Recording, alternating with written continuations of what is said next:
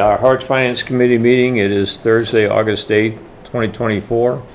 We're meeting in the small meeting room at Town Hall. This meeting is being recorded for anyone in the audience. And by the way, there are none with us this evening at this point in time, but if there were, if you intend to record any portion of this meeting, please advise the chair before you do that. As I say, we have no visitors with us in the audience this evening at this point in time. So I'll call the meeting to order. The chair will declare a quorum present. We have Finance Committee members Scott Norm, Mark Kelleher, Dan Twerk, Bob McCready, and myself, Peter Hughes. So 5 of potentially 9 members are here, which is a quorum. So the first item of business is the minutes of July 11th, 2024. I would entertain a motion to accept those minutes. I move that we accept the minutes of Okay. July 11th. Second? Okay, and I'll remind you that it's helpful, since I had to take notes on this, that if we keep the same pattern going, it is helpful unless there's something strange that comes up, okay? Okay, so moved and seconded to approve the minutes. Again, they're Thursday, August 11, 2024. Any discussion? Hearing none, we'll put it to a vote. Scott? Aye. Mark? Aye. Dan? Aye. Bob? Aye. Chair is an aye, so 5-0, the minutes are accepted. Okay, under new business, I learned since our last meeting from the clerk's office and the Board of Selectmen's office that our appointments or designees to the Capital Outlay Committee, instead of as we did last month, we appointed, we just kind of said, okay, you're this and you're that. But those 2 appointments in particular need to be voted by this committee. Furthermore, in that motion, there needs to be a term. Typically, a term would be, like for us, as a Finance Committee, would be 3 years. My recommendation is we do 1 year at a time to give us the flexibility to change up as we want to and do whatever. And after that, I'll sign this wonderful document.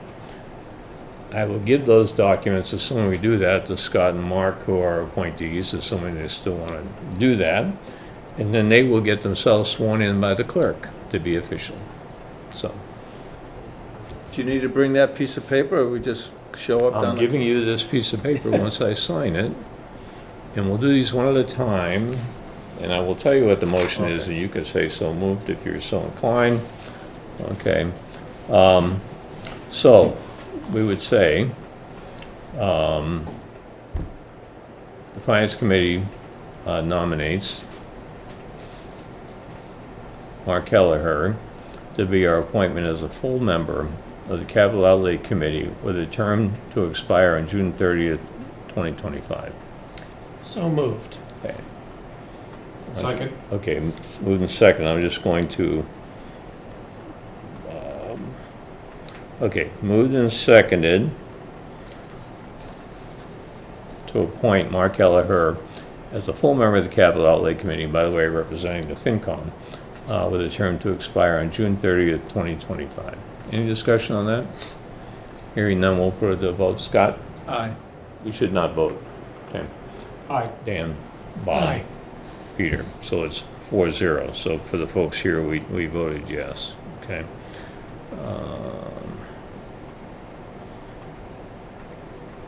Yeah, I'm just making notes in case you have trouble with them. Okay, so while I have that in front of me, I'm signing this as chair. As you pass that on, what this, it has your name, has your address, has what we just did. You have to sign it to accept.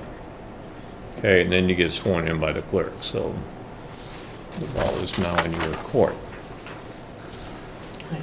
So that's for Mark. Who knew it would be this much fun, right? All right, so now we also have Scott, Norm, and the motion would be the same, that the FinCom appoints you appoint you as a full member of the Capital Outlay Committee. Your term will expire on June 30th, 2025. So moved. Okay. Dan, you seconded that, Second. right? Okay. All right. So again, the motion is our second appointment to the Finance Committee, Scott Norman, for a term to expire on June 30th, 2025. Any discussion on that? Hearing none, we'll put that to a vote. Scott, you shouldn't vote, obviously. Mark? Aye. Dan? Aye. Bob? Aye. Peter is an aye. Okay. So.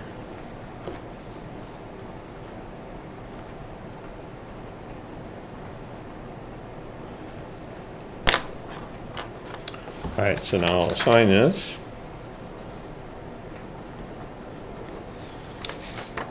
And once again, you have to sign, Scott, not here tonight or whenever you want to do it, but then take it down to the clerk's office and get sworn in. Okay. So you'll be official. Okay, thank you for taking care of that.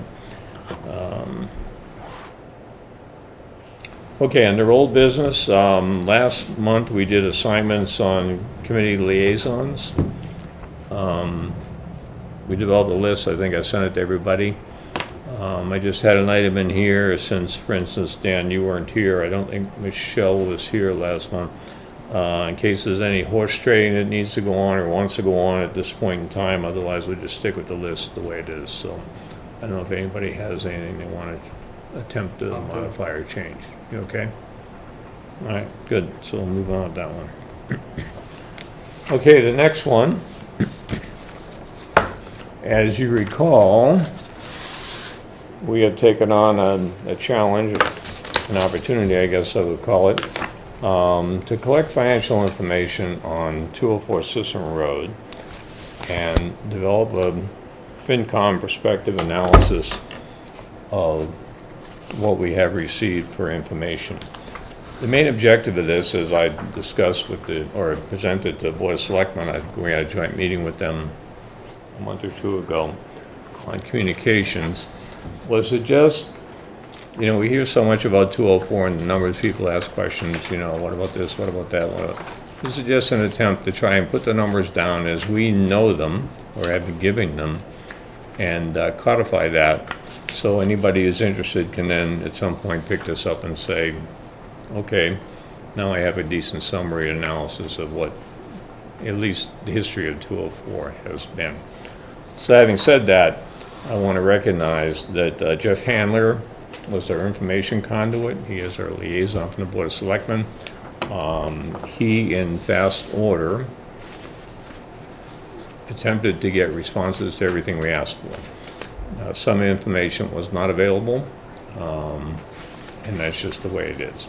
So, for instance, when you look at this report, and if you've read it, you'll find out there are some missing or holes in the data. Okay, there are years when there are no gas or electric bills that were paid on the revolving account, and our probe of that, again through Jeff, was that we can't reconstruct how it was done. Kind of amazing to me, but that's what we were told, and it's documented that way through email to me. Okay, so we did the best we could. Okay, what else? So if we just kind of wander through this, I mean, the important part of this in my mind is the recommendations at the end. Okay, but we go through the background, where this thing has been, how we got to where we are, some of the improvements that have been done, particularly identifying how much free cash has been funneled to this building, if you will. That's the main intent. And free cash, as you remember, is dispositioned at town meeting by the voters of town meeting, not, like a ballot question or something like that. Just to point that out, there's a sizable balance still out there. I do know for my capital outlay friends, I do know, for instance, Mark, I know you raised a question about the boiler and the roof and everything else. In my opinion, on those topics in particular, when you're sitting at the table on capital outlay, I think it's your duty and responsibility to flush these things out before they ever come to the light of day to be voted on by the public. In other words, if someone says we're gonna improve the heating system at 204, I'm just using that as an example, what does it mean? Okay, it means we do a boiler, it means we do I'm making this up, a comprehensive building management system, we make some provision for AC later, whatever we're doing to lay it out and make it as definitive as possible. So just like now, we're getting back into questions, well, what does it mean we're having a boiler? Did we think about doing this? Or, those kinds of things. In my opinion, the appropriate thing to do is work those out as those things get on the plan. And by the way, your responsibility back to the Finance Committee is to vote no if you don't agree with it. If you're not getting the information that, you think we need or, is rational to make it a good judgment or, a good vote on it, vote no.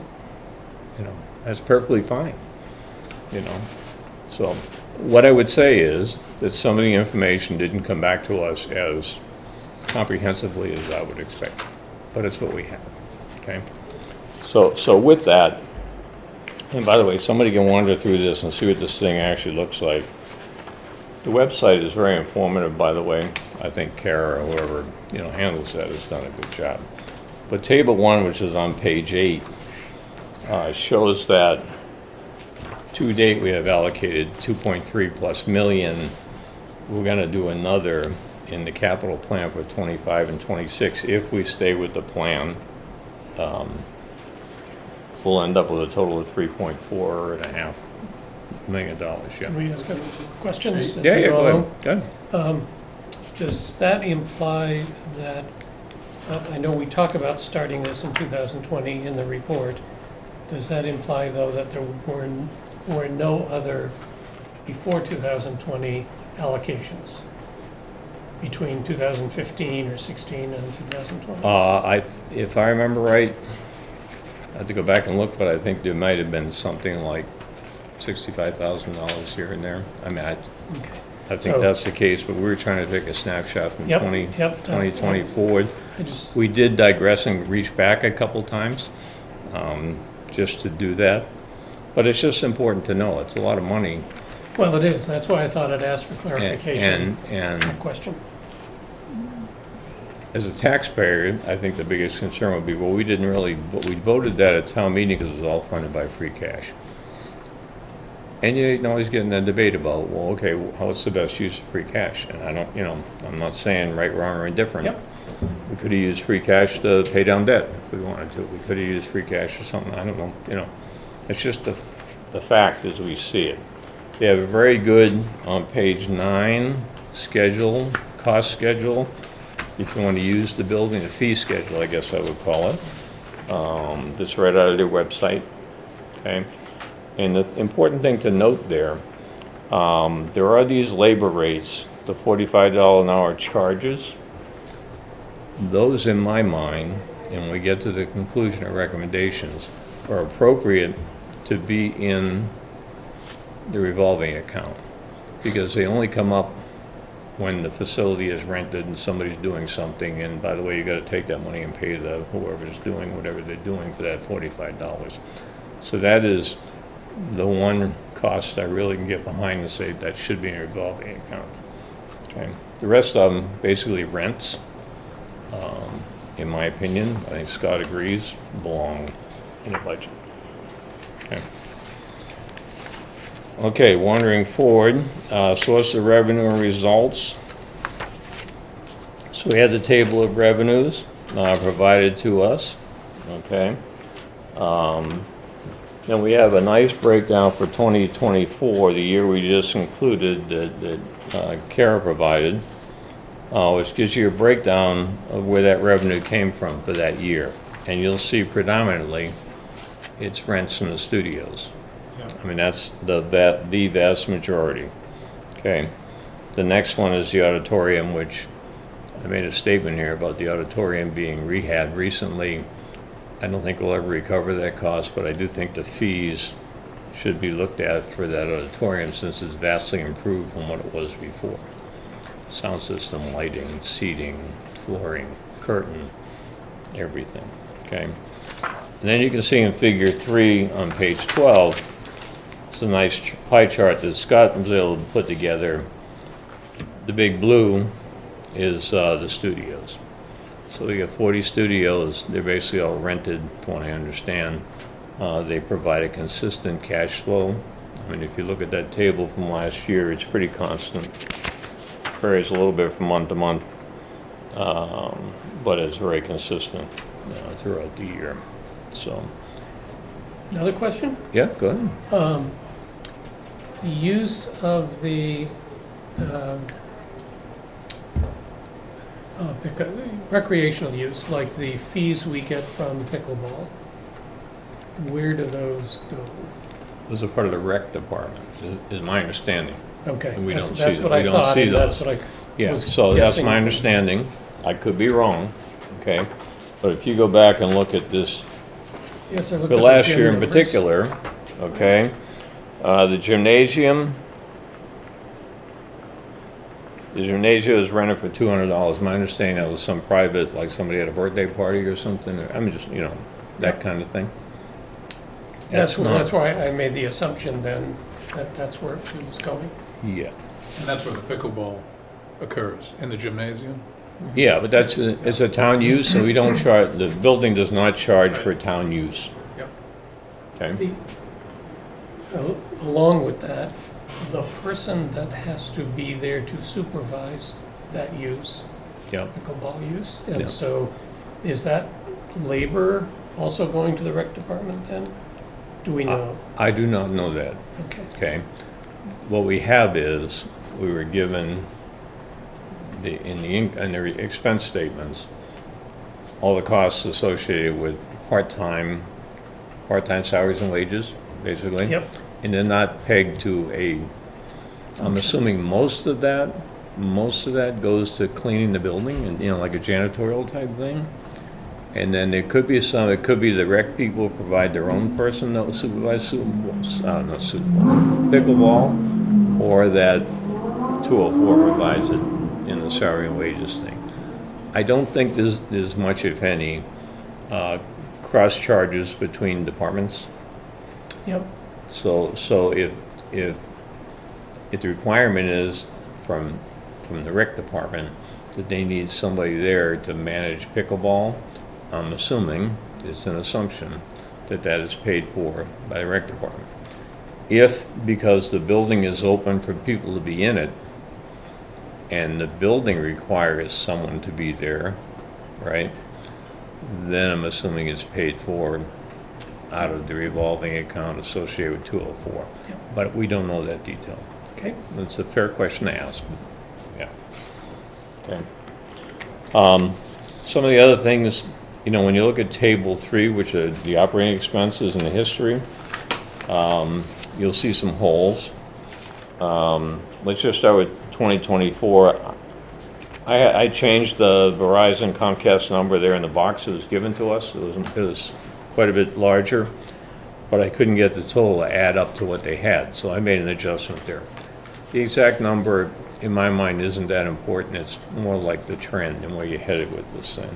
You'll see in 2020, which is one of the COVID years, right? We can find no record of electric, gas, other property-related services. By the way, that's a big number primarily because we pay Coastal. about, huh? Oh, I thought you think. Yeah, we pay coastal around 24 grand a year to maintain and do the supervision or management of the treatment plant that's there. Okay, and by the way, that treatment plant, if I remember correctly, serves the elementary school as well as the middle school, if I remember think correctly, that's but right. it's the responsibility of the town to take care of it. So that's a big number. I did go in here and say at some point, hey, if we backfill this, the reasonable numbers like 20 grand on electric and 30 grand for gas, and maybe 24 grand for property related, whatever, the picture financially isn't as rosy for the balance of the revolving account as is shown on just what the town accountant gave us. Okay, so if you go through all that, what you do see on Table 4, that's the revolving count. Okay, which shows the fiscal year as a starting balance. We didn't go back and identify those other years that we had data for. But that was the balance they started with in 2019. And we know very certainly that a couple of years, no one has a record of who paid the gas bill, the electric bill, who inspected the elevator, I mean, those kinds of charges, you know, who ran the treatment system. Those things were paid for because they had to be paid for somewhere in the town system. Okay, but we were not given that data. Okay, so from all that, Scott developed figure 4. It's just revenue and expenditures, including the cultural director's salary and wages.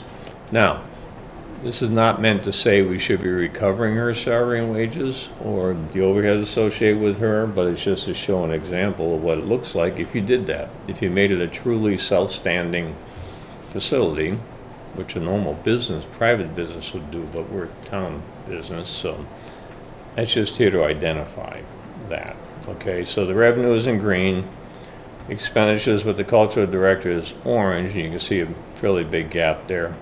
And expenditures without the salary and wages and the cultural director are in blue. And it still shows that, you know, recent history from 2022 through 2024, we're operating, call it a loss. Okay, in other words, expenses are exceeding our revenue. Okay, simple statement. And that's shown, if you will, in figure 5, the net operating loss. Okay. So in our opinion, we need to close that gap, if nothing more. I mean, there can be a great debate about whether you should try and, you know, include salary and wages of the cultural director. And, you know, I can argue either way. It's not the point. I think that the point is that because the vast majority, in my opinion, and what the data shows, the revenue is associated with the rentals we get, and not the individual, and that's for studio rentals, not the individual rentals for the kitchen or the, you know, the auditorium or, you know, a room to have a meeting in. Now, it could change over time. You know, maybe they suddenly start booking a lot of different things going on there. But the vast majority, 93+%, is associated with the studios. So when we look at that, I think that's the opportunity to try and close that gap a little bit. And we have some numbers in here that say they should be adjusted. What's the number? A minimum of like 8% and a maximum of 14%. 14%, minimum of 14%, and that's with no recovery for the director, to a maximum of 86. You want to try and full direct recovery. We're not saying what that answer is. We're saying that should be considered, and the Board of Selectmen need to take that up and just recognize we're operating at a deficit at this point in time, and it would make sense to adjust that. So, our recommendation. Okay. So with that, I'd like to go through. Well, let me just ask, do you have any comments up to this point? Dan? Did the cultural center ever come up with a business plan? There is a plan for the culture. I mean, there is in the documentation we were given, and it has been public, there has been a plan put together by Kara. I'm surprised you haven't seen it. I haven't seen it. I think if you go on their website, it might be on there, but if not, I can bring it, I can scan it and send it out to everybody. Well, I was just wondering whether the plan provides for the cultural center to be self-sustaining and how the plan would address that. Good point, but Because the cultural center is one of the few revenue-producing cost centers that we have. I think the cultural center and Lincoln's operation are two of the major revenue-producing cost centers. And I think with Lincoln's operation, he produces revenue for the town, but then the town finances his department's expenditures. There's no self-sustaining formula there. okay, in the case of the cultural center, it might be different. Yeah. The cultural center concept I agree, was taken to a vote of town, yes. not the selectmen necessarily, but the entire, whoever wants to vote in town, and said, we want a cultural center, and we want it to be this. This was Yeah. born out of, there was a failed attempt to do housing there. I mean, you know, back in 17 or whatever, it was, okay, what do we do with this building? And housing didn't move forward, and it was, okay, let's try a cultural center. My understanding is, at that point, there was to be a 5-year experiment, basically, with the cultural center. Then we had COVID, so some people have said, well, okay, we have to bump it out a couple of years, which gets us to the end of last year, fiscal year 2024, right? If you take 2 years of COVID. So this is timely as far as that goes. I don't think it's up to us to point out what the data is telling us as we turn it into information, and not necessarily say you have to break even or not break, you know, it's like, you know, if you want to break even, this is what you do. As a town department, it's viewed differently from, let's say, Lincoln's operation. Because Lincoln's operation, he generates revenue for the town, but the town finances his operating expenses. There's no comparison of revenues versus, Well, he's generating revenue to the town primarily to dispose of our trash. yeah, right, And, yes, yeah, I mean, that's an essential function of town government. absolutely. Someone could argue that the agricultural center is not necessarily an essential government of town government. Yes. A function of town government. Yes. So, I mean, that's, you know, but that's not our decision, that's somebody else's decision. We're Yeah. just trying to point out what the numbers show, okay? Wasn't there talk at one time about selling that property? Well, there was talk about selling it unless somebody developed it for housing. For They housing, could, okay. well, I don't know, I mean, it could have been someone who would just buy it, and what would they do with it, Yeah, you know? But, but I guess that's not on the table. well, it was by, my recollection, I happened to be on the board at the time, the board of selectmen, to take the experimental route and set up a cultural center. Yeah, I, for one, is in favor of housing, but that was a different topic, so. so the question is, what's it costing the town for that decision? And that's what it is, right? I mean, that's the, if someone says to you, okay, in 2024, how did that facility do? With this document, you can say, okay, here's the income. We have a nice record of the income for 2024 and a breakdown of it in that chart. And here's what the revenue is. We know 2 years ago, we hired a cultural director. We know what her salary and wages are. We made an estimate on benefits, quite frankly, when we asked the question of what's a good multiplier for the medical and, you know, retirement and all that. We were not given a good number, let's put it that way. And we give no number at all, so we just threw in 40%. It's probably a lot higher than that, but, you know, we threw in 40%. I know for a fact we're paying 14% into retirement. We pay, what, 6 something in the FICA, whatever that is. And then you get medical benefits, you know, blah, blah, blah. So 40 is very conservative. I mean, it's on the downside. Okay. You said at the initial part, we should say no, and the capital outlay committee. When we're presented this, the head of the capital outlay tells us that these are the project experts, you know, facilities directors. You can see without good professional help what happened at Brooks Academy, without good professional help. And on the capital outlay committee, we don't have the ability without a good professional help, like I've always advocated for, a good engineering study to really judge these things. And I'll give you an example. Well, I gave you Brooks Academy. Now, just by accident, as I've mentioned to you, Peter, I went up to Hyannis and found that these slate roofs are good for 150 years. Mm. And they had a slate roof on their town administration building for like 120 years. And they only had to replace it because the nails were metal versus corroded. So, you know, I think that points up, you know, we're on the capital outlay committee. We're just regular people. To say no to a lot of these things, we're in a tough spot, and so I'll go back, a good professional input, so we don't have another situation like Brooks Academy would be very helpful at 204. Second thing is, when you do this is, I And had excuse me, several. by the way, if we had a town engineer full-time, most people think of a town engineer historically as a septic guy, but I don't think that's the case anymore. They're getting more and more into, what it takes to do buildings and all, and they have some basic knowledge of construction, right? That would be a good, at least a resource to the capital. Right, they're a professional engineer, you're right. Yep, You know, yep, they've yep. done a good thing. The other thing is, I had several things, but I'm going on the cultural director. On her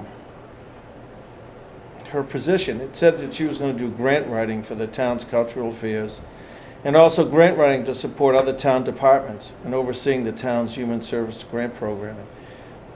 That's a I would think an important part of her job. I'd like to find out if there's been any grant writing, and if she's doing grant writing for other than the cultural center.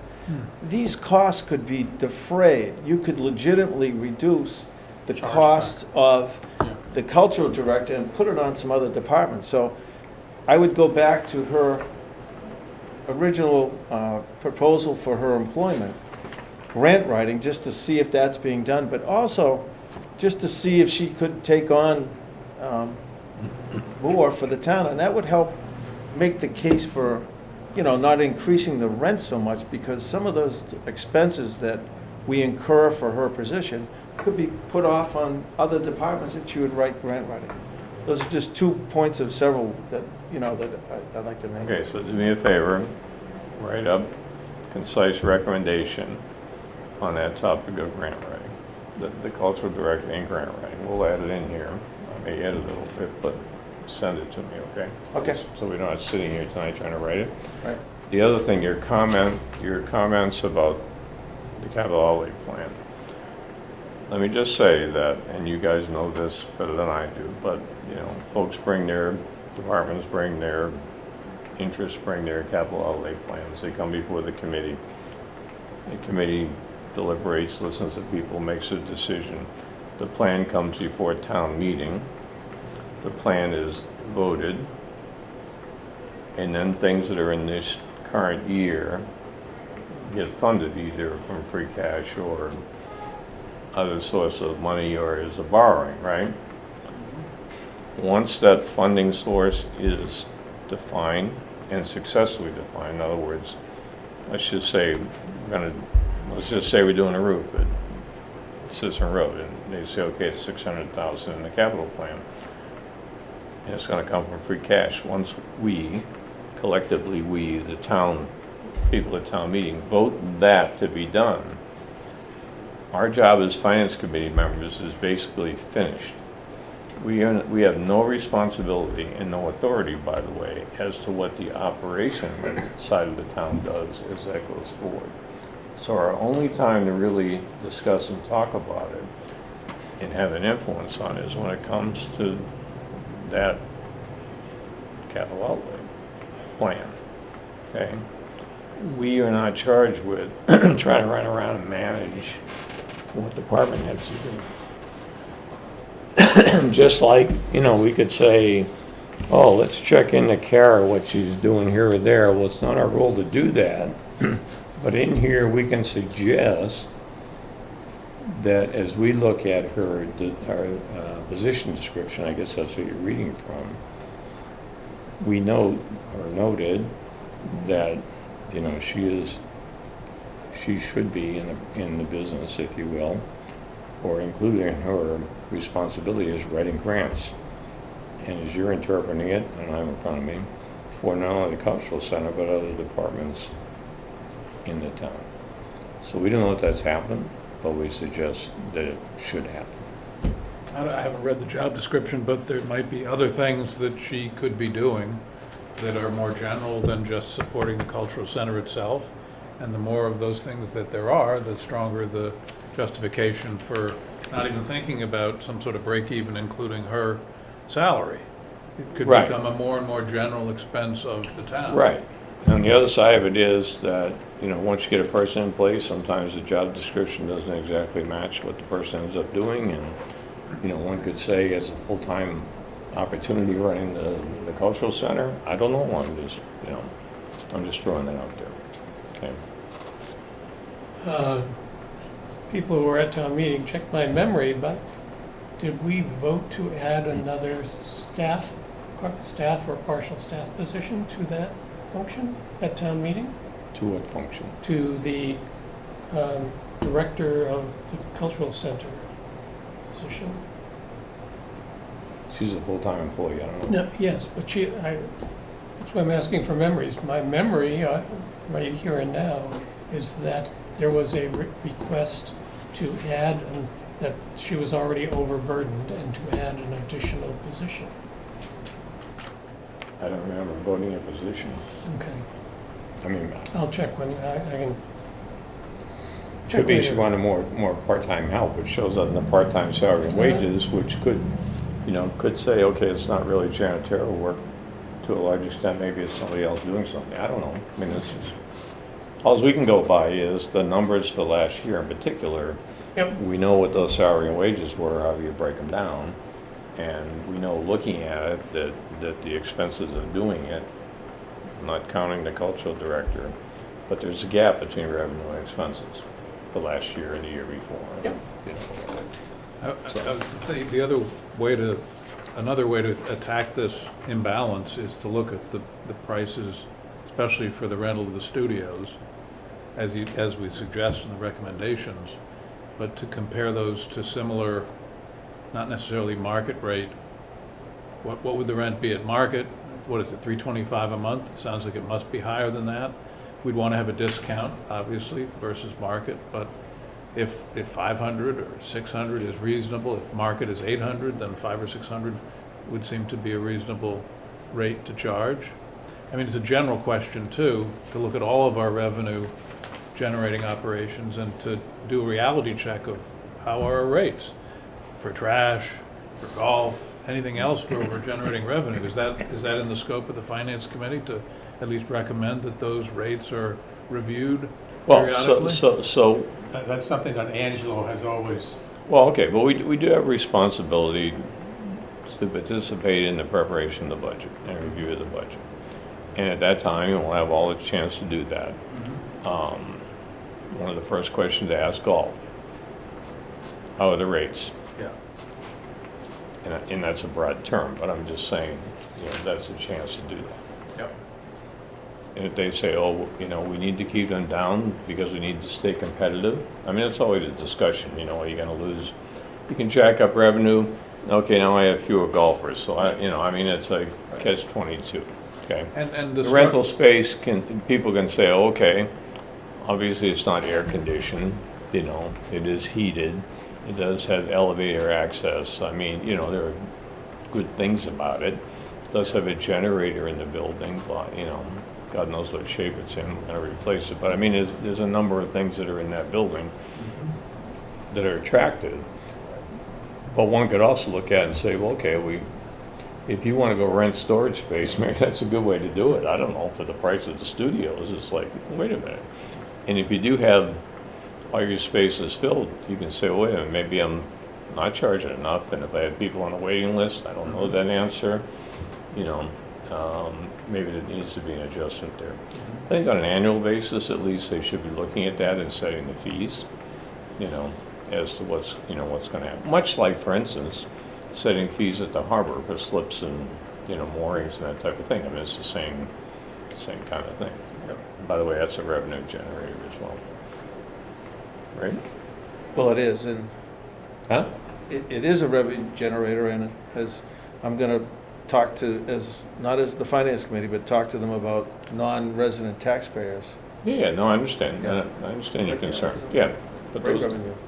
those are fair discussions during the budget preparation. And the interesting thing is if it's in a revolving fund, it's not quite as visible we don't approve the detailed budget of a revolving fund like we do the. There is no operating. budget for revolving fund, other than town meetings setting the cap on expenditures. Right. So it's different from, That's if it. this recommendation is followed, this moves into the operating budget, including the rental revenue from those studios. Right. And it becomes more clearly in our purview to ask questions or, Right, and then out of that will come a definition, okay, our intent on that facility, I'm making this up, is to break even without including the cultural director. right, That's one goal, right?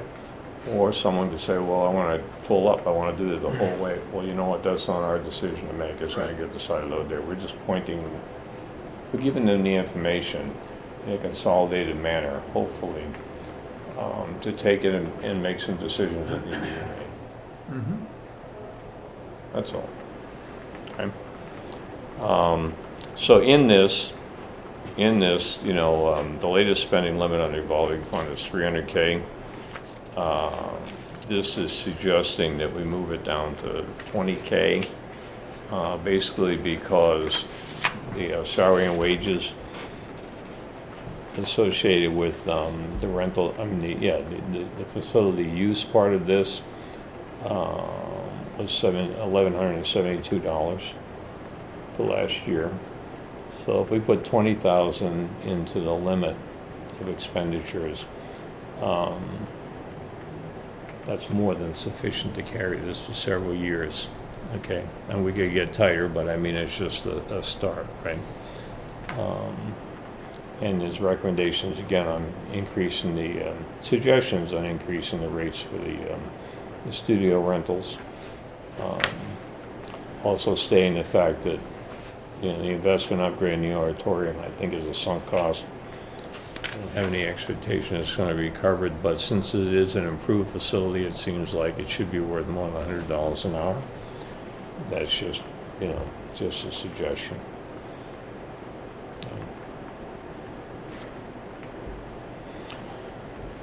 So what I would suggest we do, unless there are other comments, and I will entertain comments, you know, privately, you can send me emails or send Scott emails or whatever. If you want to change your recommendations or whatnot, that's fine. My suggestion at this point, unless you folks disagree, would be to hand this to our liaison. By the way, I've shown them this version of the document. By the way, I should point out, this version you have has a couple of different edits in it and the one I sent you previously. So particularly in the recommendation part, it added that section on, I think, further defining the revolving account. So I think, let me just point out which one it is. I think that, actually, I think it might be on page 16 about defining a revolving account from the Mass Association of Town Finance Committees. And also, I think the limits on the revolving account. Anyhow, you should review that. You should read it again, cover to cover. But I would suggest that we vote to provide this document as it exists to our liaison and ask our liaison to verify the numbers, whether he does it or someone beyond him does it. But verify the numbers to make sure we didn't misunderstand something. Once those numbers are verified, which hopefully we'd have by next month, then I would say at that point, along with any other comments you folks have, then at that point I would say we adopt it as a report on the Finance Committee. The question in my mind, Peter, is how much is the town subsidizing the operation of the cultural center? And what will happen if the town has a budget crisis and it looks to cut back? How might that impact on the cultural center? So I'll give you my opinion. So my opinion is, if you looked at the pecking order, or rank order, or what's the most important thing the town does, you know, police and fire would be number one, right? Or, you know, beyond that, we can get into arguments. Probably DPW is obviously schools, right? Then you get down to things like burying people in a cemetery. I mean, you know, wrecking youth. I mean, all those kinds of things, right? If we ran into a crisis, my first lever my first lever would be to jack up the rates on the rentals, make the income go higher.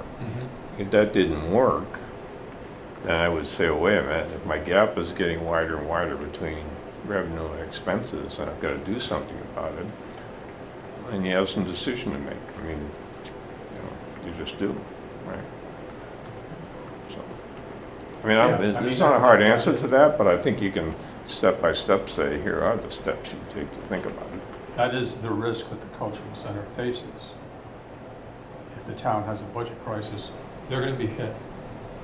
And what impact that's gonna have on the people who are renting the space, well, what impact will that have? People leaving, your revenue going down, expenses remaining the same? I don't know. Well, at some point you shut it down. I mean, Yes. I mean, you lock the door at some point, Yeah. right? And you put it in shutdown mode. Yeah. You drain the water. And, I mean, You're still gonna have expenses there. huh? You'll still have Well, some fixed expenses. that number the one town- is the treatment facility. You can't turn that on. Right. And the school needs it. I mean, whether or not they can pass some of that cost off to the school, I have no idea what that deal was when they cut it, so. It's just a risk assessment on what might happen if something goes wrong. What do you do? No doubt.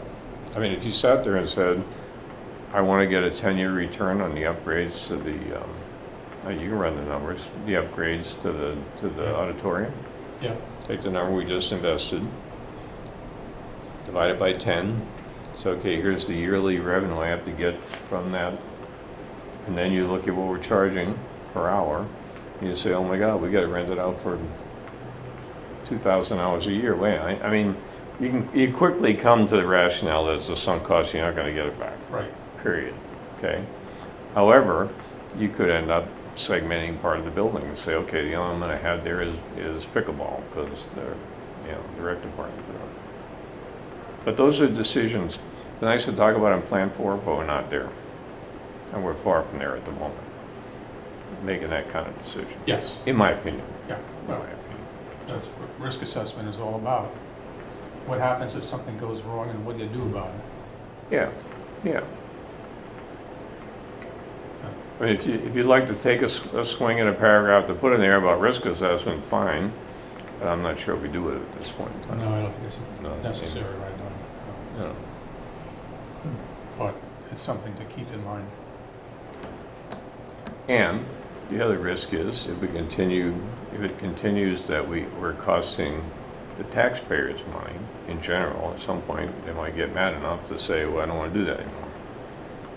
Right? That's why, in my opinion, if we can make this operation be virtually self-sufficient, and I'm not talking about including the cultural director or whatever, but just make the expenses match the revenue, Revenues then I and think that expenses, calms down a lot of people, other than the folks that would say, hey, I could have taken that $3 million in free cash we spent on the building, and I could have paid down debt. Right?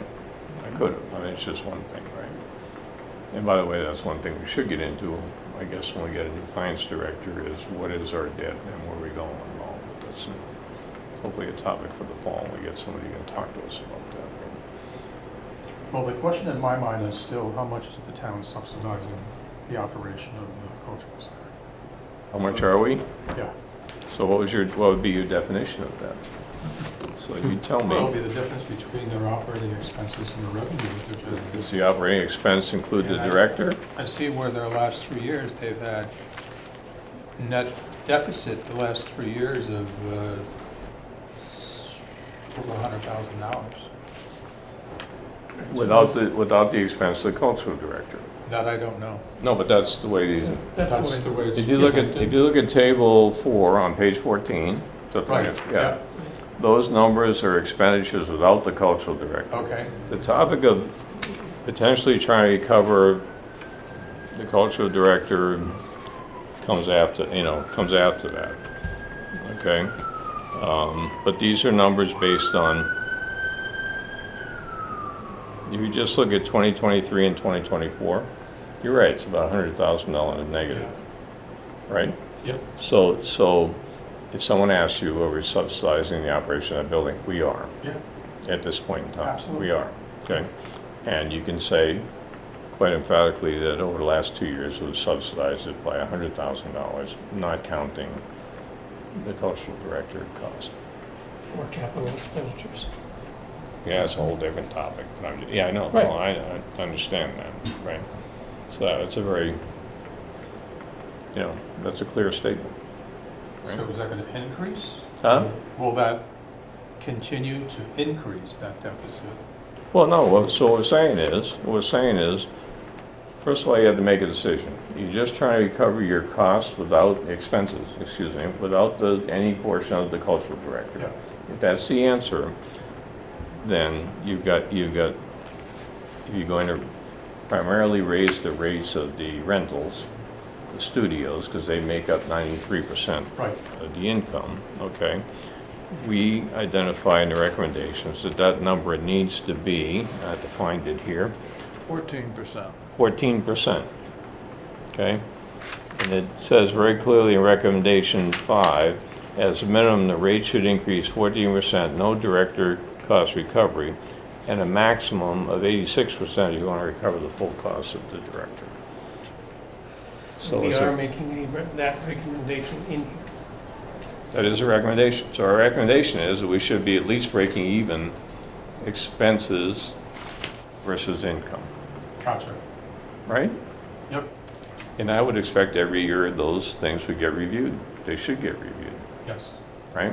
Now, unfortunately, what's happened, I think, over time, people have focused on the balances in the revolving account, which quite frankly are misleading, because when we took a deep dive look into the numbers with the information we were given, we found, for instance, that they did not identify who the heck paid the gas or electric bill, or the expenses of running the sewer, the septic system, whatever.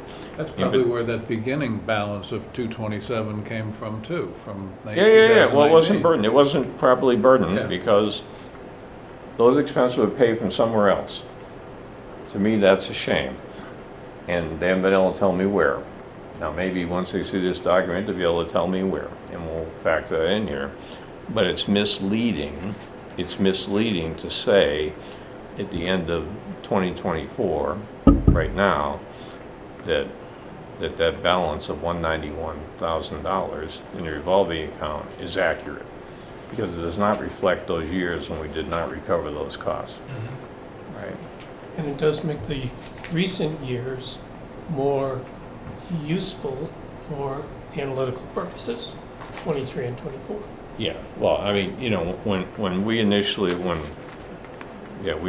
asked the finance director, can you give us a breakdown on the revenue side between rents and everything else? The answer was, well, we only know what the total deposits were. We don't track that. Well, that's not true, because we got a spreadsheet that Kara, I believe, developed that gave us nice detail on 2024, which is the most recent year and the most relevant data, quite frankly. So you just look at 2024 and say, hey, we operated at a deficit for 2024, $23,000. We, as a minimum, going forward, should adjust that. And by the way, the expenses are going to go up in the next year because gas is going up, electric's going up, things are going up, right? We could argue we're going to have a new boiler at some point, so maybe it won't burn as much natural gas. I don't know. But the trend for all of us, for everybody, is expenses are going up, right? Monitoring the financial operations of the center. On a day-to-day basis? Day-to-day, weekly, monthly, whatever. Okay, so one of the problems and it's just me talking, using a revolving account, the accounting department can print out, what's the activity in the revolving account. Usually paid out in salaries and wages, and usually paid out for coastal engineering and the elevator and, all those kinds of things. But they're not taking that as feedback to say we need to make a correction or whatever. In my mind, one of the important reasons to put this in a budget for the most part, and give Kara, the cultural director, the responsibility of managing the building, or somebody, that as part of that process, they should be looking at those expenses versus what was budgeted on a regular basis, monthly basis, whatever, they get a report from Munis, and take corrective action as they need to, or stand up and scream and say, I'm gonna be over, I need to come to the Finance Committee for reserve fund transfer. I mean, that kind of thing. So, Mark? On a market study, does Kara charge on a per square foot basis? And would she may have already comparative, for a market study, she may have that. I mean, the two closest things would be the place in Yarmouth, the Cape Cod Cultural Center and the Cultural Center in Chatham, to do a comparative market analysis. So to do that, I don't know how they charge it, but that would be the easiest thing to do per square foot basis. Yeah, I don't know first, if she does first thing that. is, I haven't seen it. I don't have access to it. Maybe it's on a website. What a lease looks like for one of those rental spaces. I don't know what. There's gotta be a legal document that says you signed this, right? I don't know whether people are signing for annual leases, 2-year leases, 5-year, I have no idea. I will tell you that when we get the opportunity to present this to the Board of Selectmen, which will happen at some point in time, those are great topics to bring up and ask, right? So, Yeah, it'd be nice to find out. I could make a phone call, how much if it's a square foot thing, you can make a couple of phone calls and just find it out, and we have a little bit more information to make decisions on, so. I understand that, but the decision to raise the rates or not raise the rates, or which approach they would take, is not in our ball court, or our court. It's in the court of the Board of Selectmen. Yeah. So, and that's just, we're just making an attempt here, because nobody else has done it, to try and codify what we have been given for information, or data, how we look at it from an information standpoint, and make recommendations accordingly. That's all. Well, put some neon signs around the operation so that, hey, folks, keep a close eye on how this operation is going. Because if the deficits continue, that's just taking money away from other town operations. Well, the same with investing in the building, we have locked up a lot of free cash in that building now, right? And, free cash isn't free, as we all know. I mean, at some point, the way free cash is, we should be saying, hey, when can we reduce taxes on people? Give them some relief instead of keep every year saying, oh, we got, $6-7 million of free cash, let's have fun, right? Because that's how we've been funding things, so. And in that sense, what none of this speaks to is what is the contemplated all-in capital future costs to get the building to someplace. Yeah. Because we brought that topic up before, but it's still, this is what we've spent or committed so far. But So what else is there to do? So as part of our capital planning process, this year in particular, when this topic comes up, the question is, what else is there? What is the end game? How do we get it done?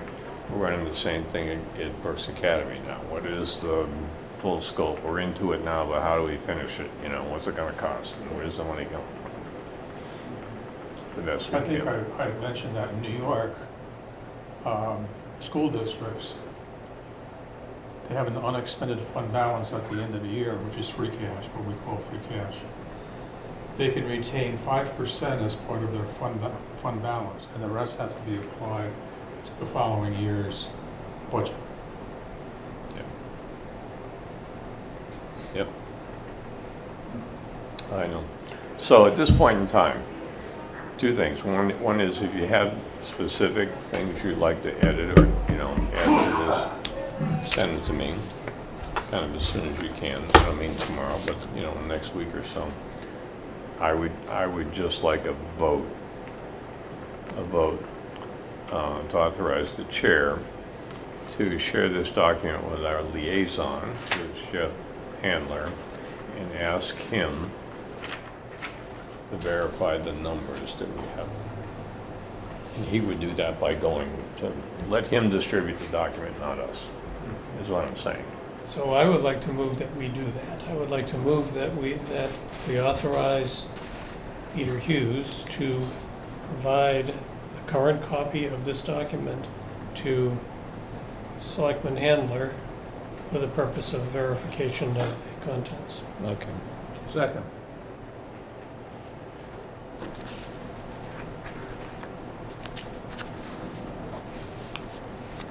So Bob moved. Scott, you second. Okay, moved and seconded to share the document with Jeff Handler and request that he verify the numbers. However, he Which is does. good work, by the way. What's that? It's very good work. Well, thank you. Thanks, Scott. He's, Thanks, Scott. Pretty pictures, my department.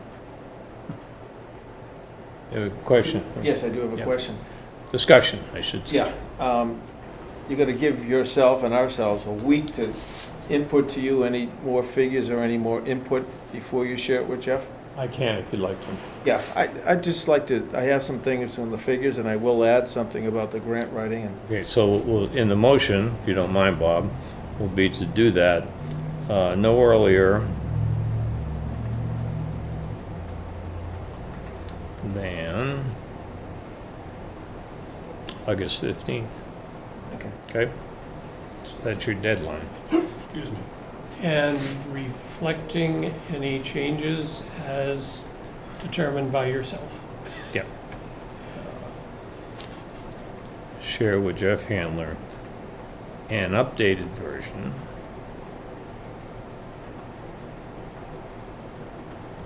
based upon FinCom feedback, okay?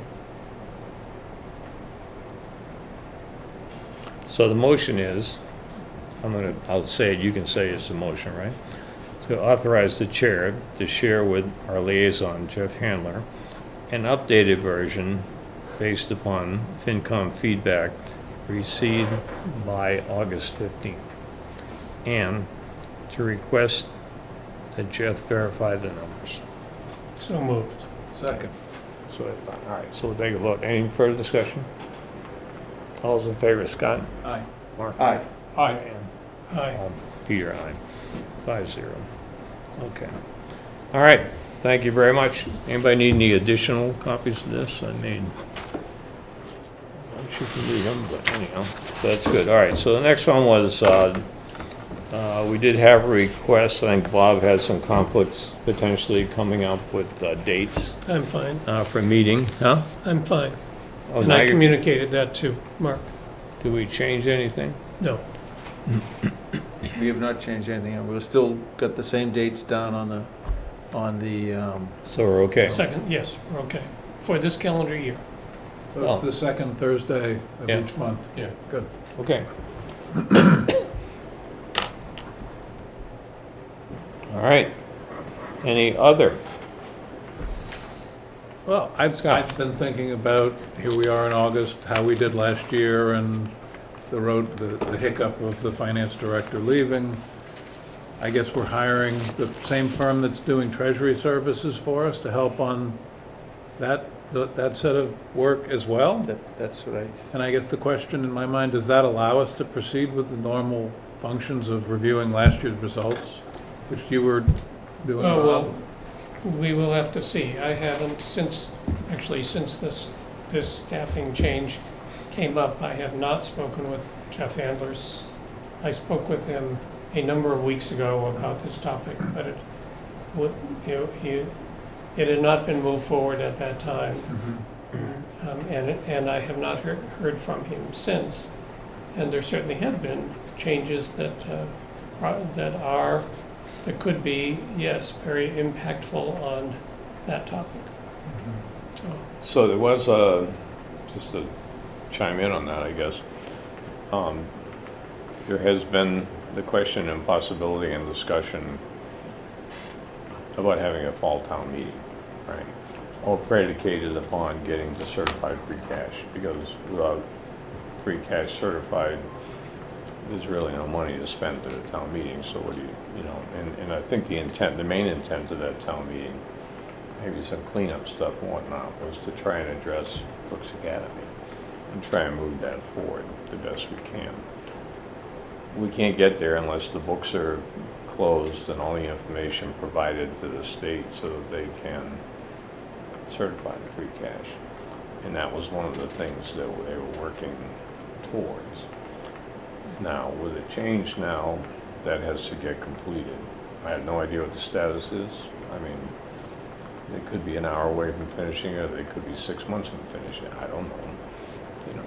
But the longer it takes to get free cash certified, the more difficult the next year as far as budgeting and all, you know, those kinds of things and planning, even, you know, the capital plan and whatnot that you're gonna get into probably in the next month, right? I'm guessing. Become more difficult because it's very uncertain as to what happened. And last year, we got certified free cash very late.